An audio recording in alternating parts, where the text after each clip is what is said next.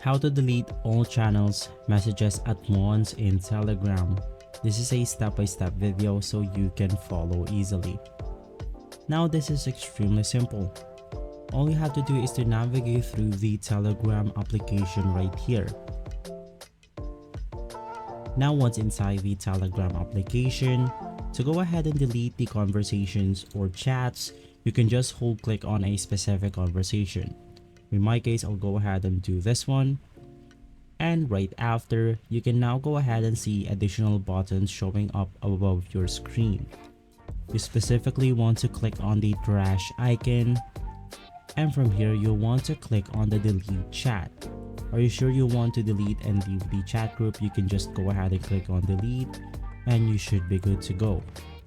If this video has been helpful for you, please consider by liking and subscribing. I'll see you again next time. Thank you.